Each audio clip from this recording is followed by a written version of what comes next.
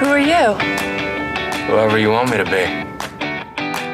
Don't say I never gave you anything. It's feeling epic. 3 words. 8 letters. I remember everything. Da-da-da-da. Da-da-da-da. Da-da-da-da. Da-da-da-da. Da-da-da-da.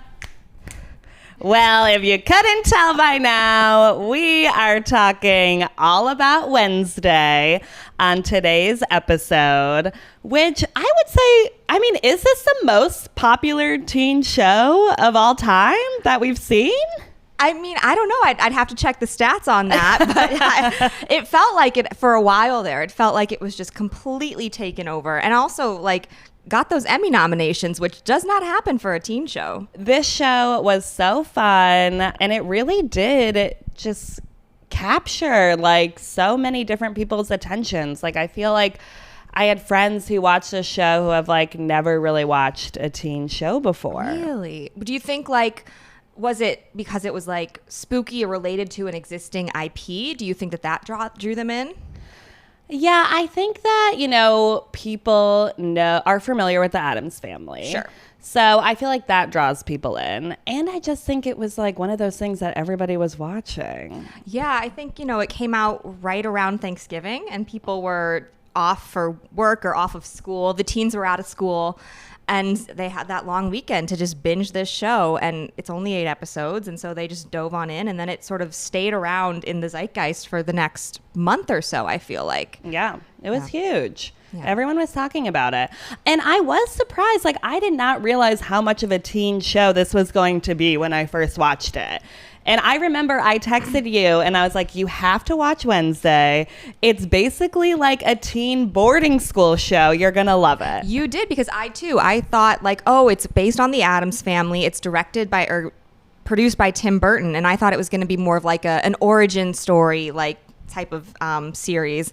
And I didn't realize it was going to be a teen show. And when you texted me, I was like, well, shit, I got to get on this. And it took me a minute, but then I was hooked from 10 minutes into the first episode. I remember you texted me and you were like, I love it. Yes. And I was like, I told you, I don't steer you wrong. No. But I just didn't realize that it was going to be so coming of age and really, watching Wednesday grow, and that we were going to have this whole boarding school / kind of high school element. I was just delighted though. Yeah, and I didn't expect it to be funny, which I don't know why, because I guess the Addams family started as a comic strip, and those movies were meant to be funny, the ones that were in the 90s.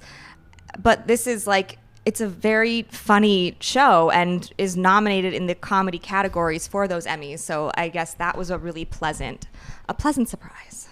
I did not realize it was nominated in the comedy categories. It sure is. Okay, that's that's a stretch, but you don't think it's haha funny? Okay, I definitely do think it's funny, and I do think that sets it apart. She has some really great one-liners in the show, which I do love. But okay, I'm a little shocked it's in the comedy, but I guess there's not really mystery thriller category. Yeah, dramedy category. Yeah, which really maybe they should add. Yeah.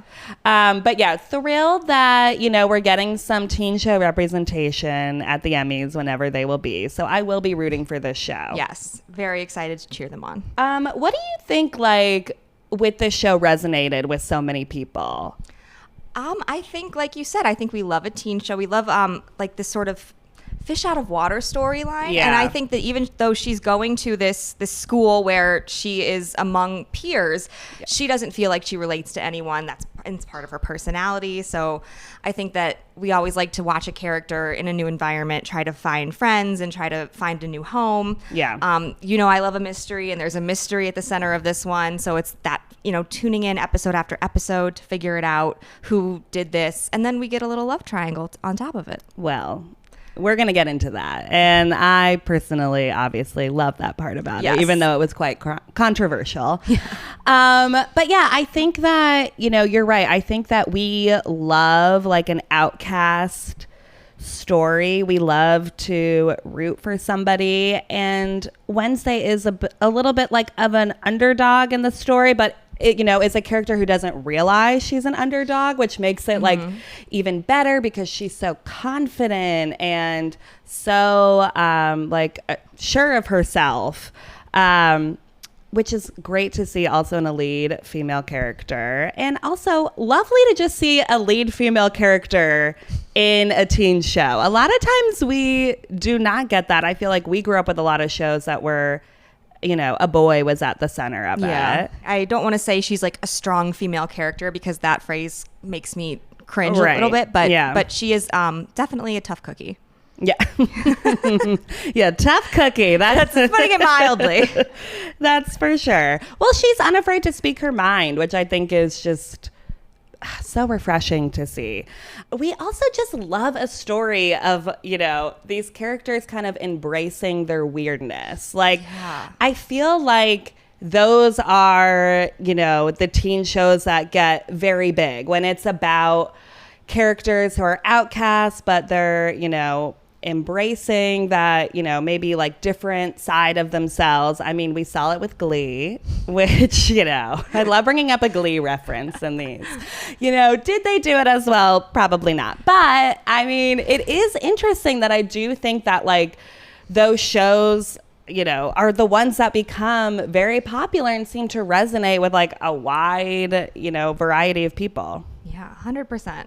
I also do agree with you. I do think the balance of murder/mystery, romance, and drama is just so good. They do it so well. I love it.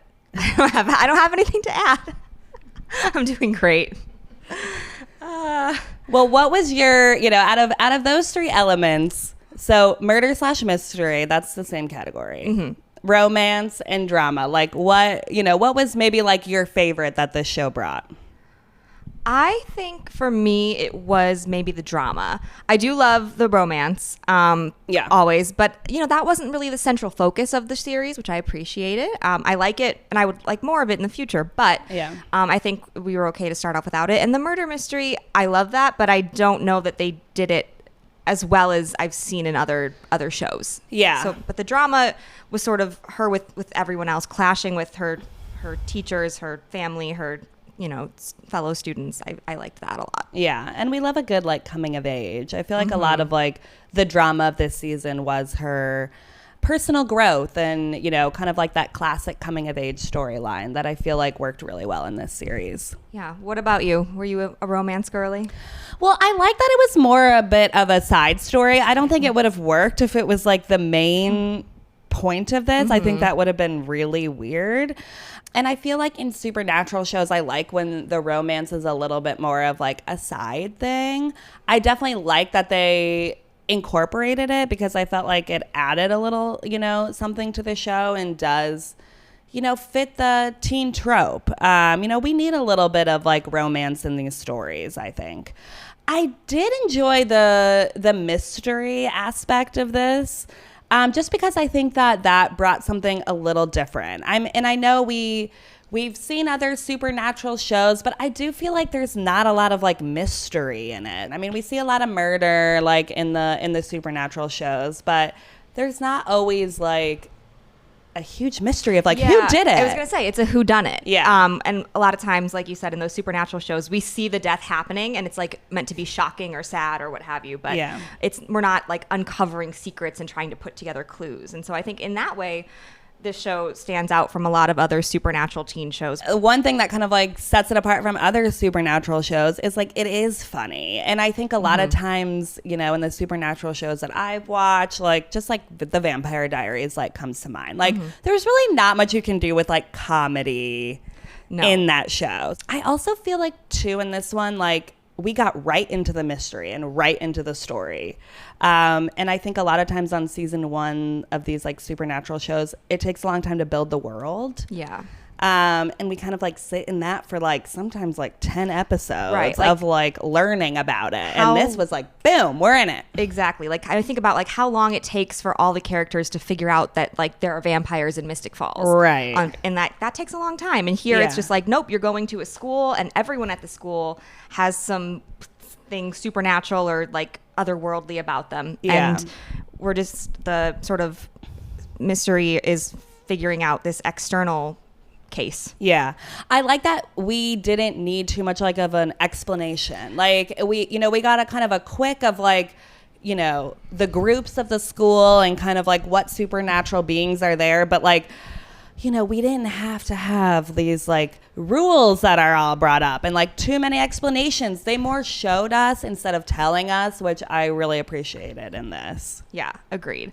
I also think it's interesting that like this show comes from existing IP, which like a lot of teen shows do. They come from like book series or things like that. Right. But this is something that's like so much older. Yeah. And has been around for decades and originated in different formats. It was a comic strip, and then it was movies, and it was a different TV show, and it was a Broadway musical that flopped. And now we've got... I did not know all of this. Yes. Like, see, I feel like I do not know much about the existing IP. So please tell us, Claire. Well, I was going to ask you, I don't have a super strong familiarity with it. I know about these, that it existed. We both know the theme song because that's been in the culture forever. But I never really watched any of the other iterations of this story of this family before Wednesday. What about you? I did watch the Addams Family movie with Christina Ricci, but like I don't really like remember it much. There's like maybe like some scenes if I rewatch and I'd be like, oh right, like I remember that.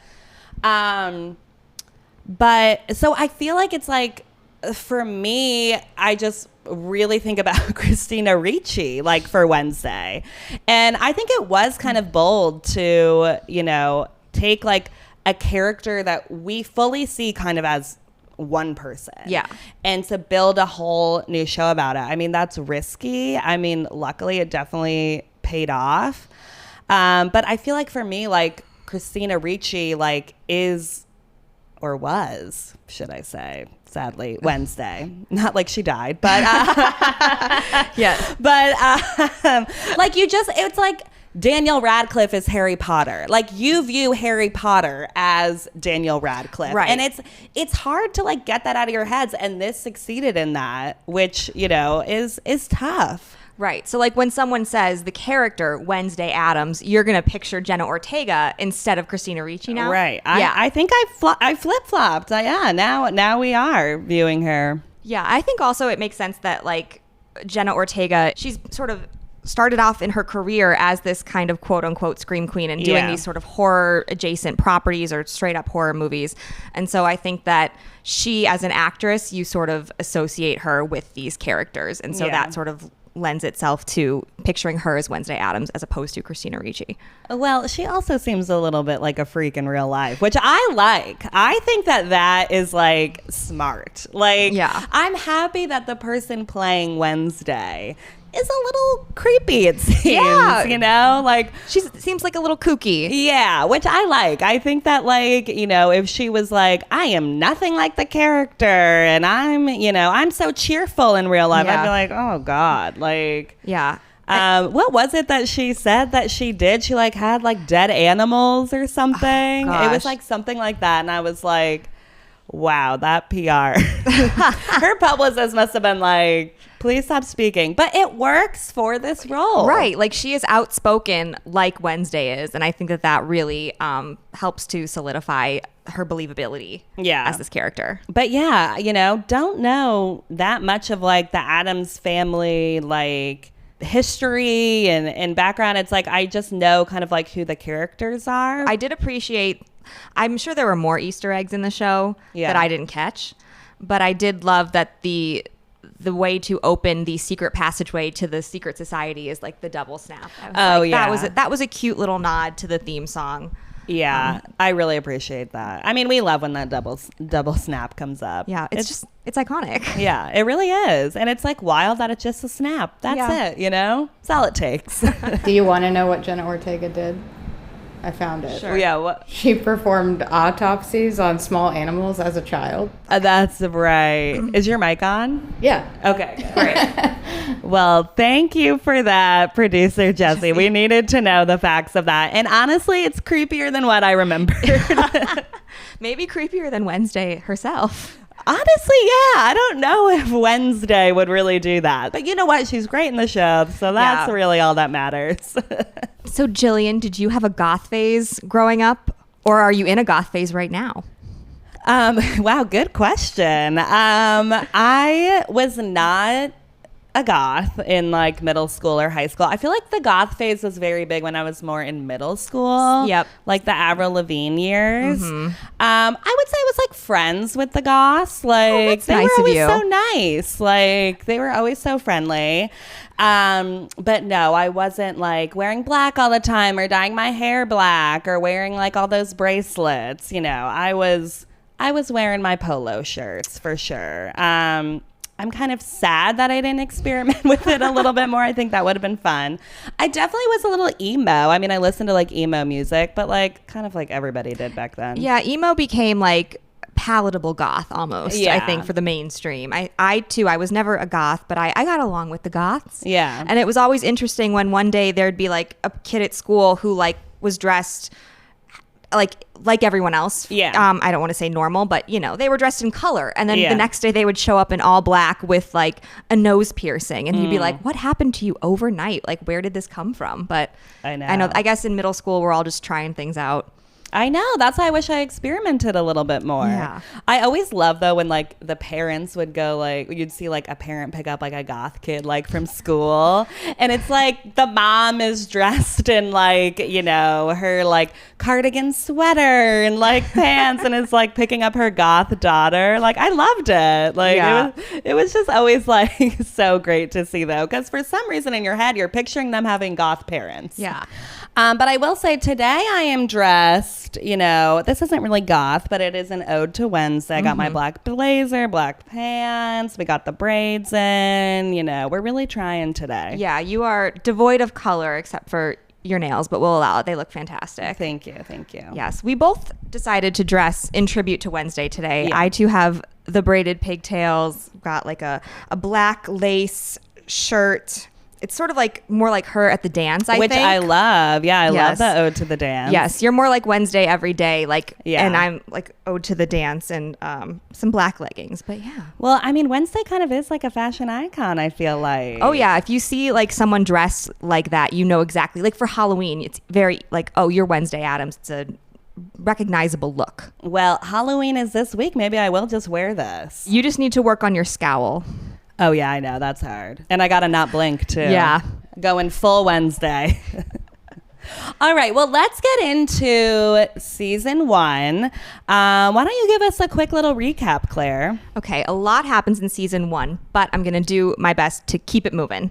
So Wednesday Addams gets kicked out of her high school for causing trouble, gets sent to Nevermore Academy, which is a private school in Vermont for quote unquote outcasts, people with, you know, supernatural abilities or what have you, werewolves, vampires, sirens, etc. She finds herself in a love triangle with Tyler, this boy from town who's also the sheriff's son, and Xavier, who is another student at the academy, who is an artist. She stumbles upon a murder mystery. There's a creature that's killing all these people, and she wants to investigate, but all the adults tell her to stay out of it. She doesn't listen. She finds out that she is descended from this witch that was killed by this pilgrim named Joseph Crackstone because he wanted to kill all the outcasts. And then it turns out that, surprise, Tyler is the creature that's been killing all these people, but he's been being controlled by Christina Ricci, who is a teacher at the school, because she wants to resurrect Joseph Crackstone to kill all the outcasts once and for all. Wednesday and the other students band together. They defeat Christina Ricci and Tyler and Joseph Crackstone, and the series ends on a cliffhanger with Wednesday learning that somebody has been watching her. Wow, that was a great recap. Thank Good you. work. You really hit all the points there. Thank you. I tried. I practiced. Good. Yeah. No, that was spectacular. Thank you for reminding us what happened, because I kind of forgot. I mean, this came out a couple years ago. So, and when you watch it and one day you kind of forget things like character Yeah. names. I like mean, Joseph Crackstone. I had to look that up. I was like, there's a pilgrim man and he's bad. But yeah, I mean, also they pack a lot into those 8 episodes. They And do. so there's a lot of stuff that obviously I didn't even mention. I didn't even mention Enid. We love Enid. I know, we do love Enid. Enid is her roommate who's a werewolf, and she's super colorful and bubbly and the opposite of Wednesday in every way. And that's some fun tension. Yeah, I feel like Enid and Wednesday was one of my favorite parts about season 1. Like just watching their friendship, and I just love watching two characters who are so different come together, find some common ground, and form a beautiful friendship. I really like that. Yeah, I think that she is so positive and so unrelenting in trying to be Wednesday's friend. Even when Wednesday is cold and shuts her down and disappoints her, Enid still shows up for her and saves her in the end. And I think that we need more people in the world like Enid. I love a try hard in these shows because I feel like they, like in the past, were kind of worried maybe about putting in a try hard, about them being like unlikable or something. Yeah. So I appreciate Enid's try hard energy, and it does not come off as annoying. Like, we love it. Yeah, I think it's a generational thing because like a lot of times a try hard in the past would be seen as uncool. Yeah. And Wednesday would be much cooler because she doesn't care. And I think that of our generation, like that was like the cool thing, was to be like, I don't care about this and like whatever. And I wonder if maybe Gen Z is a little bit the opposite, where like it's cool to care, it's cool to try and to show that effort and to talk about that effort. So I don't know, maybe it's better for them than it was for us. Well, you know, Taylor Swift also taught us it's okay to care. She's never been a natural. Never been a natural cool girl, but we love her. What else, you know, did you like from season 1? Like, did you have like a favorite moment or favorite scene at all that you really loved? I liked the sort of subplot with Wednesday and Morticia with her mother, and how she is, even when she's not around, she's trying so hard to get out of her shadow and to be the opposite of her. And part of me was like, why? Like, your mom seems like she loves you and is, you know, she's not terrible, but she really wants to assert herself and be independent. And I think that is a very relatable thing to feel as a teenage girl. Yes. Where even if you have like a good mother, a good relationship with your mother, you still are really trying to set yourself apart from her. Yeah, I mean, mother-daughter relationships are complicated. And I really enjoyed that subplot, like, throughout the season of Wednesday really, you know, trying to, kind of get out, like, from her mother's shadow. And her mom, though, continuously showing, like, I care about you, like, I want what's best for you. I thought that they just really, like, hit that dynamic, you know, so well. Yeah, I agree. One of my favorite moments from season 1 was the dance. I mean, oh my God, of course. We get a lovely high school dance, which is just always a bright spot. I love when we get a dance. It's always so good. You get to see all these characters out of their uniforms, dressed up. Wednesday's wearing an amazing dress. An incredible dress. I would wear that dress. Oh, totally. Yeah. Maybe I'll get it for Halloween. Oh, yes. And on top of that, we get an iconic dance scene. I mean, it's incredible. I think I was a little delayed in my watching of the show. Yeah. It took me about like a month after it first came out. But I knew about that dance scene. It was everywhere on social media. Yeah. Figure skaters, you know, copied it for their routines. Like, it's honestly incredible. And the impact of that scene is really something. Like, that song was rising up the charts after that dance scene. We love a moment that becomes viral. It's just, you know, it's something we can all kind of like talk about and comment on. I also love that they brought in like an ode to Carrie at the dance scene too. Yes. With blood flying everywhere. I thought that was just a really good. I love when a teen show kind of like brings in an element from another teen movie or teen show. When it references another. Yeah, that really worked. I think I also really liked, this is so silly, but like when Wednesday would play the cello. Oh, like, I know. It was just such a fun little like addition to her character. Yeah. That made her more interesting. And like when she's playing like Paint It Black, like all the music choices in the show were so excellent. So good. So good. So that instrumental version of that was really fun and like really like, you know, on the nose, but I enjoyed it. And I think Jenna Ortega like learned how to play the cello for that too. Yeah, she went through like a lot of prep work, but I think I read that as well. Method. Our girl's not cutting corners, is she? No. Well, another one of my favorite things about season 1 and favorite characters, Thing. Oh, Thing. I love Thing. Like, Thing could have flopped. They could have done that just like really bad. And the fact that Thing doesn't speak but brings like so much comedy, saves the day all the time.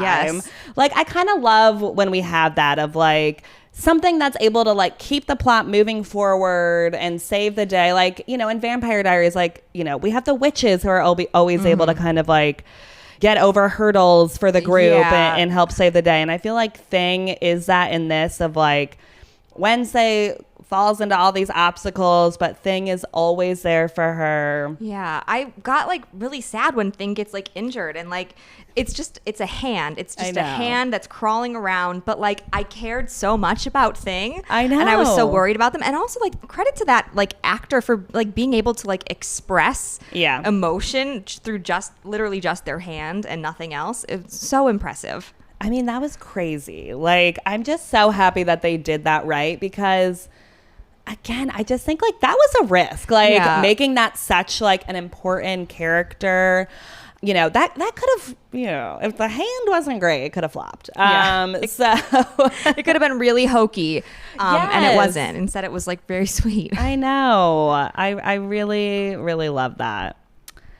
Should we talk a little bit maybe about what we didn't love about season 1? We can. Yeah, let's touch on that a little bit. Yeah, what maybe like didn't hit the mark for you in this first season? So I tend to not love a storyline where like the main character is like chosen because of like their history. Like Wednesday is like the one who has to save the school and she has all these visions because it's her ancestor who was murdered by Crackstone however many years ago. Yeah. And she has the power, and then at the end when she's stabbed and like the ancestor like appears in front of her and like magically heals her, like that kind of stuff I don't love. I want there to be like, why can't she just be the one because she's like really smart and really tough? Why does it have to be like related to her family history? Yeah. You know, I get that. I think for me, I kind of enjoy a little bit of like a history element to it because I think it just adds like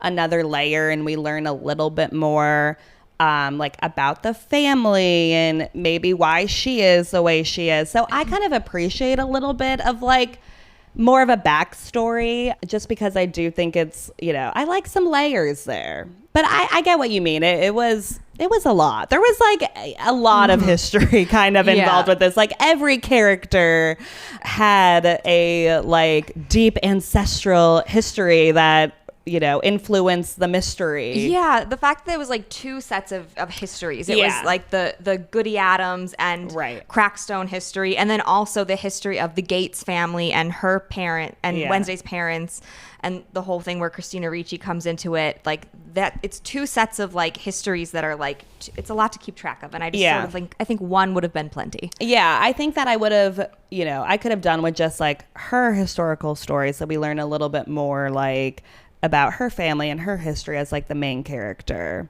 Yeah. Anything you didn't like about season 1?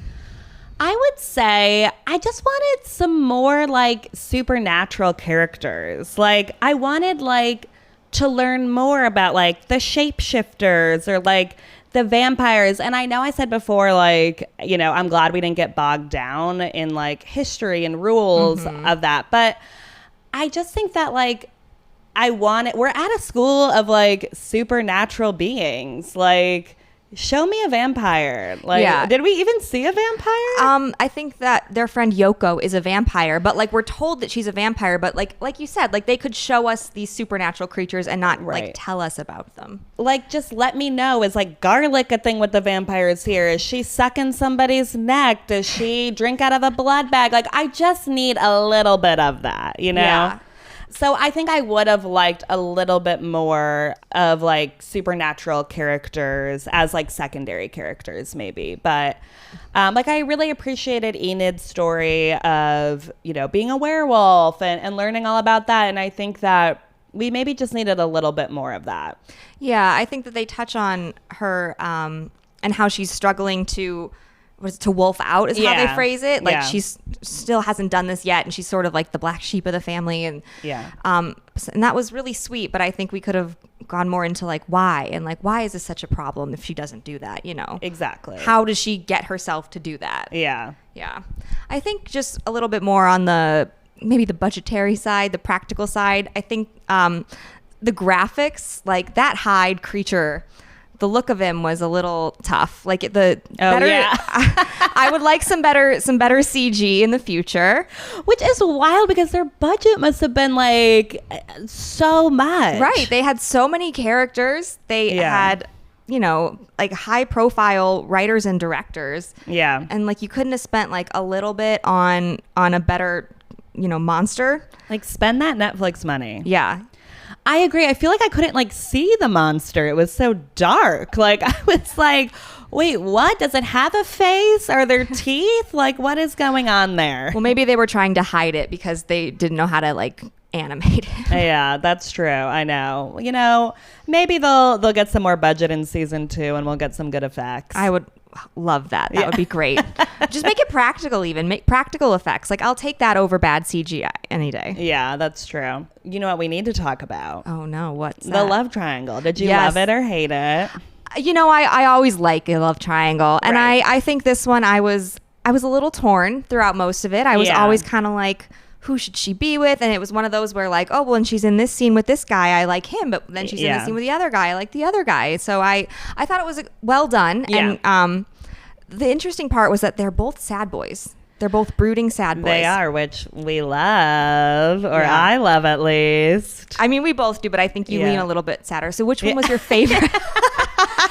You lean Yeah. towards the sadder boy, not that you are sad. No, it's okay. I do lean a little more sadder. You know, they need to be really freaking sad for me. All right, we need crying scenes. We need real sad. So which boy was the saddest for you? So I was leaning more towards Tyler. Okay. I just think I found him like a little more charming and a little cuter. You know, Xavier's long hair wasn't doing it for me. And hair is very important to me, as we've learned. Yeah. But I think I was just leaning more towards Tyler because I thought that I like when characters don't have too much in common. And I thought that they lived like different lives and were learning from each other. So I found myself leaning towards him. See, I am on the other side of this. I liked Tyler, Yeah. like I said, but I, for whatever reason, was rooting for Xavier because I do like when they have things in common. I like a little bit when they Yeah. have that sort of shared, not history, but they're both students at this school. They both Yeah. have complicated relationships with their parents. They're both trying to figure out their psychic abilities. And so I liked that about him. And, you know, I liked that even though she treated him like shit repeatedly, he still showed up to save her life over and over again. I know. I do love a good, you know, the guy saving, you know, even though it's not great. I know. I understand that. But she saves the day in the end, but he Yes. saves her so that she can save the day. I just still think it's hot. Like, I'm sorry. Yeah, we like a little chivalry. It's Yeah. And you know what? I know Wednesday can like save herself. So it's not like I think she needs a man to save her. But do I think it's hot when he comes in and saves her? Yes. Yes. I'm human. You know, it could be worse. Yeah. But no, I do think it's true. Like you do really like a couple where they have like things in common and you're like, I think that this is a relationship that could actually work. And I'm like, no, it needs to not be rooted in reality. Like these two people should not be together, but I want them to be together. I like the aspect of the love triangle. You know, Jenna Ortega has talked a lot about this. You know, I think she's directly is quoted as fuck love triangles, which I just have to disagree with. Like, I'm sorry. It's a fun element. It wasn't the main part of the story. It just added a little something and makes the stakes like a little higher. Exactly. Yeah. Like it's like you said, it's not the focus, and it doesn't Right. make Wednesday any less of a strong character. Exactly. It just, you know, it makes it dramatic. Yeah. And that's what we want. We just want something fun and dramatic. Like, Well, and like, yes, I do find it interesting of like her maybe like giving eyes to someone and kind of like showing a little bit more like emotion. Like, I think that that's like an interesting area of the character to explore. Yeah, it's like the only area of her life where we see her be uncomfortable and sort of like on the back foot. Like she's so Exactly. strong and so self-assured and so sort of brazen in every other aspect in school with like relate with adults. And Yeah. in like these romantic relationships, she's like out of her depth and Yes. is like really overwhelmed. And so I think it humanizes her a little bit to see her Exactly. finally have like a weak spot is that like she like doesn't know how to act with a cute boy. Right. I know. And like relationships and love, it's like so relatable. Like even though she's supernatural, she's, you know, struggling with the same things as like a normie girl is struggling with. Yeah. That's just like another interesting layer to the show. And I will be very upset if in season 2 we don't get like any form of love interest. Like, I'm know. sorry, I need that. And like, I know that she said like, we're taking all that out. Like that is, what are the stakes then? I mean, there are some folks on the internet who think that maybe her and Enid should get together. I know. And I've seen that. And I just think though, like, I want Wednesday to have a friend though. I agree. So I think like that's something she really needs in her life. Like, I'd rather just see them as friends than see them turn romantic. I think so too. I think like, and if you want to make her like a queer character, that's fine. That's Totally. great. But not with Enid. I think that it's important to keep that the two of them and their relationship like friendly. They're also like roommates. So it's like, and that's like a fun aspect of the show. It's like the colorful side of the room and Yep. then the black side of the room. Like if they get together, you take away that kind of like fun girls living together thing. Yeah. Which we love. I know. We do love a female friendship on these shows. Yeah, definitely. Yeah, I don't care who the love interest is, but I need there to be a love interest for sure. And a more viable one, because at the end of Yeah. the day, neither Xavier or Tyler were like strong options. I agree. They were kind of like crappy options for her. Yeah. So like if we're going to give her a love interest, give her like somebody that can match her. I completely agree with that. Like I would love to meet a new like supernatural character who is like maybe new to the school and yeah, they kind of go toe to toe with each other. I think that would be fun. Yeah. Wait, so one other thing about the love triangle. Did you think it was a little weird that like both of those guys were just like into her right away too? Like it just seemed like there wasn't like enough like The build up. Yeah. Like It is a little strange because she walks in and she's like so cold and weird and like Yeah.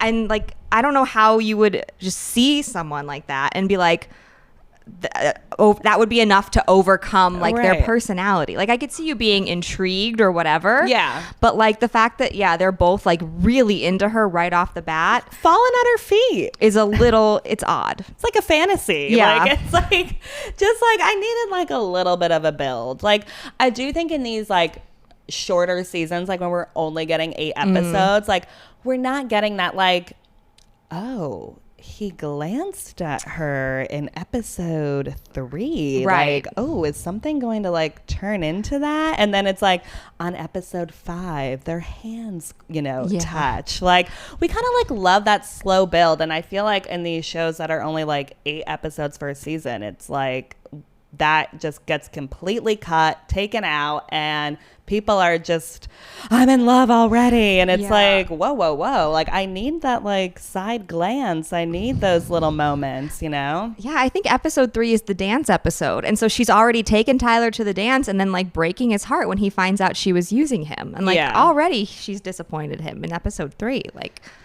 I know. I still want the, again, writers, if you're listening, don't take it out, the love. Keep it in, okay?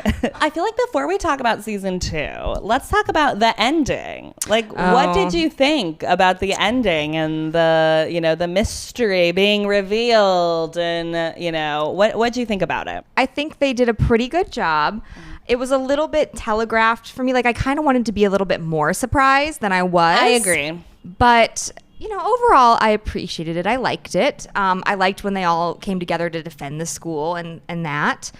I don't know how I feel about the final scene where like she gets those messages that are saying like, I'm watching you. Like part of me likes a cliffhanger, but also I was like, that's kind of like a lame cliffhanger. Yeah, I just don't think that we needed it. No. And I feel like it's going to end up being something dumb, you know? Like, I feel like it's just not going to maybe be like what we want it to be. And I get that they're trying to kind of set up season 2 a little bit, but that just felt a stalkery text just felt a little weak to me. Yeah, I think that like if it's already like a school with supernatural students, so like you don't need to leave it on a cliffhanger. Like you can just have this mystery be done, and something new and weird can happen because like that's the world that you're living in. Exactly. Yeah. Like if you're gonna give us a cliffhanger, like give us a death or like something crazy. Like I don't need a text. Yeah. Did you like the way that they wrapped up the mystery though? So I did like that it was like wrapped up. Like I didn't have like too many like remaining questions from it. I did think it was a little obvious at one point because, you know, they're not just going to have Christina Ricci in this series and just have her be like a normie teacher. Yeah.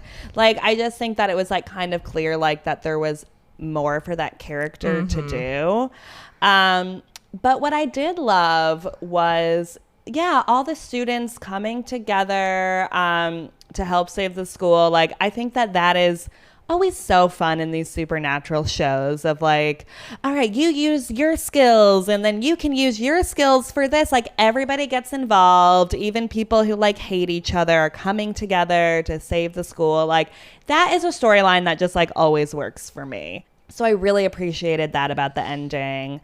You know, it did feel a little weak and kind of a little silly, like at times, like with Crackstone, you know, Pilgrim Man, like I know, and we're resurrecting him from body parts and there was like a lot there, and I felt like it was like all happening in like one episode, and I'm like, we probably could have brought some of this up like a little earlier. It just felt like all at once, and it was a little much for me for one episode. Take notes for season 2. Yeah, I do think in season 2, I wouldn't be surprised if they went like darker, you know, with like the mystery and what's going on. Not like this like wasn't super dark, but it just kind of felt like, a little more lighter of like a pilgrim man is is like being resurrected. So I wouldn't be surprised if in season 2 they go pretty dark with it. I feel like in season 1, I think shows like to keep it a little bit more light and like try and, you know, kind of like see where people land with that. And then in season 2, they're like, well, now let's make the show that we really wanted to make. Yeah, I think I would like that. I would like a mystery that's set more in the present. Yeah. And has to do with what's happening now. Again, you know how that history was not working for you. You're like, I don't need a history lesson. I think it's too much. And it's particularly the convenience of like that it's Wednesday's ancestor. Yeah. Like the Gates family thing of like her parents and the brother dies and the sisters come back to get like revenge. Like that I'm fine with.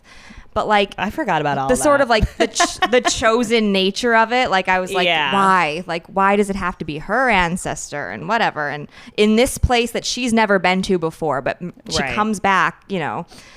They do that, you know, on the Vampire Diaries all the time. It's magically the same town. And but, you know, but I get it. Like, it's a storytelling device and it's for convenience. And so, like, I still enjoyed it. I just would like something a little different in season 2. Yeah. You know, I'm all for kind of, like, zagging on season 2. And, like, if that was an element in season 1, like, we don't need to have it in season 2, especially since it was all wrapped up pretty, like, neatly.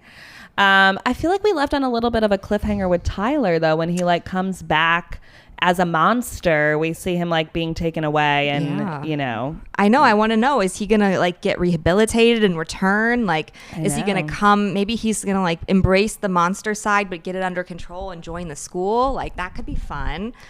I know. I hope that he does join the school. I mean, I like that character. Yeah. I need a cute coffee boy in my show. So I would like to see Tyler at the school. Yeah, and that could add a layer of drama that like Wednesday has to deal with this guy, her ex who was manipulating her basically. Right. Yeah, what a trauma to like have like your first kiss be like a murdering monster. That's horrible.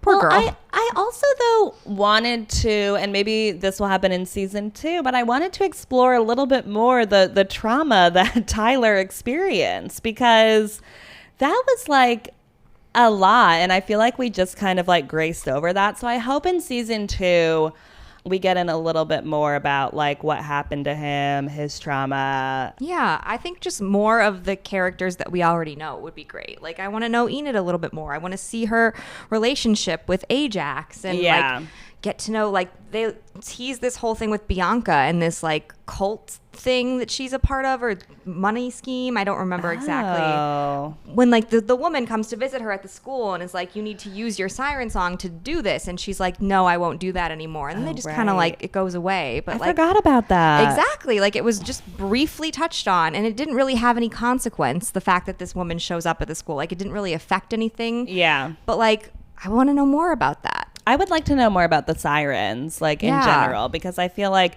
that's a supernatural concept that, you know, hasn't been explored much in these shows. And they're super interesting and have a lot of layers there. And I think I would also love like the characters to kind of like be in a group together.